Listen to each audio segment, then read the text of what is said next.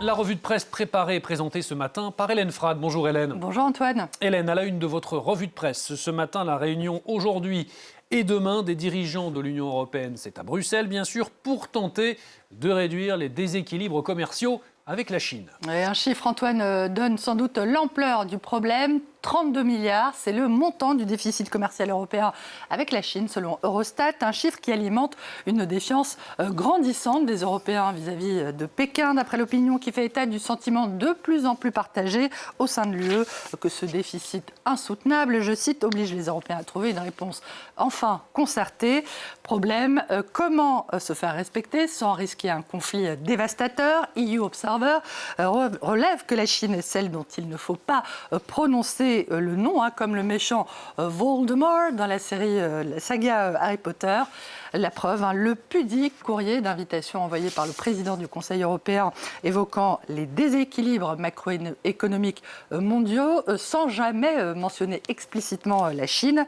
Malgré les périphrases, la tonalité européenne, son changement de ton n'échappe pas au South China Morning Post, le quotidien de Hong Kong qui ironise sur le jargon de Bruxelles, ses tournures alambiquées pour ne pas désigner la Chine, annonce un changement climatique commercial. Un bras plus diplomatique, Global Times dit vouloir dissiper un malentendu obsolète en promettant qu'il ne s'agit pas d'une compétition. Le journal officiel explique que les déficits européens n'ont pas par un supposé dumping social, mais par le fait que Bruxelles refuse d'augmenter ses transferts de technologie vers la Chine. La Chine a la puissance grandissante, on le sait, Hélène, et qui n'inquiète pas que les Européens. Oui, le Washington Post s'alarme de ce que Pékin contrôle désormais des points névralgiques de l'économie américaine, comme la production de machines-outils produisant des cellules solaires que les autorités chinoises ont refusé de fournir à Tesla et SpaceX.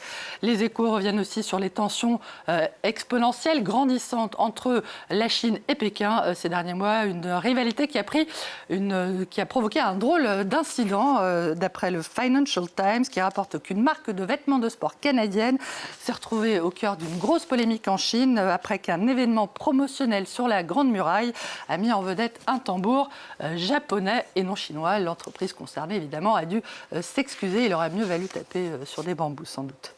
Dans la presse également, Hélène, on parlait Europe avec un vote au Parlement européen, toujours autorisant une nouvelle génération d'organismes génétiquement modifiés, les OGM. Les eurodéputés ont effectivement donné leur accord aux nouvelles techniques génomiques, les NGT, qui modifient le génome des plantes sans y introduire d'ADN étranger. C'est une décision qui est saluée par les Échos, qui estiment que le principe de raison l'a emporté dans cette affaire.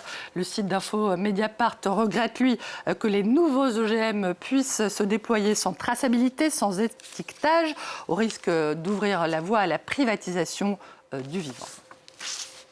Des nouvelles à présent du mondial avec vous, Hélène. Des bonnes nouvelles pour l'Angleterre et des moins bonnes pour le Portugal. La joie de Jude Bellingham à la une du Daily Telegraph avec Harry Kane, of course. Le journal salue l'art et la manière dont les Three Lions l'ont emporté face à la Croatie avec tout le tralala.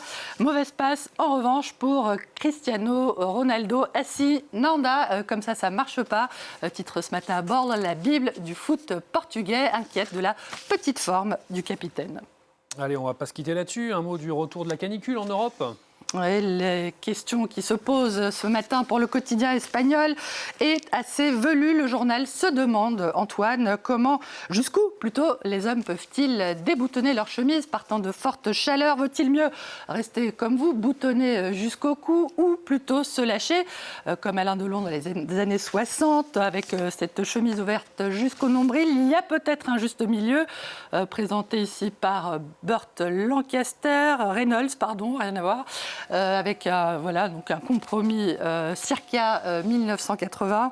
Chacun, de toute façon, fait comme il veut avec son torse, mais surtout pas, ne tombez pas la chemise, comme dit Zebda. The Times rappelle que les hommes déambulant torse nu dans les centres-villes en France sont passibles d'une amende de 150 €. Et c'est pas pour déplaire à l'auteur de cette chronique, même avec des pectoraux si sculptés et musclés qu'ils ressemblent à deux fesses tendues scotchées sur un sternum. Manger à côté d'un torse luisant de sueur, ruisselant sur une chaise en plastique n'est pas très agréable. À bon entendeur. Un bon entendeur, et pourquoi pas utiliser une solution intermédiaire, mettre un t-shirt, pourquoi pas, après tout. Merci beaucoup Hélène pour votre revue de presse. Tout de suite,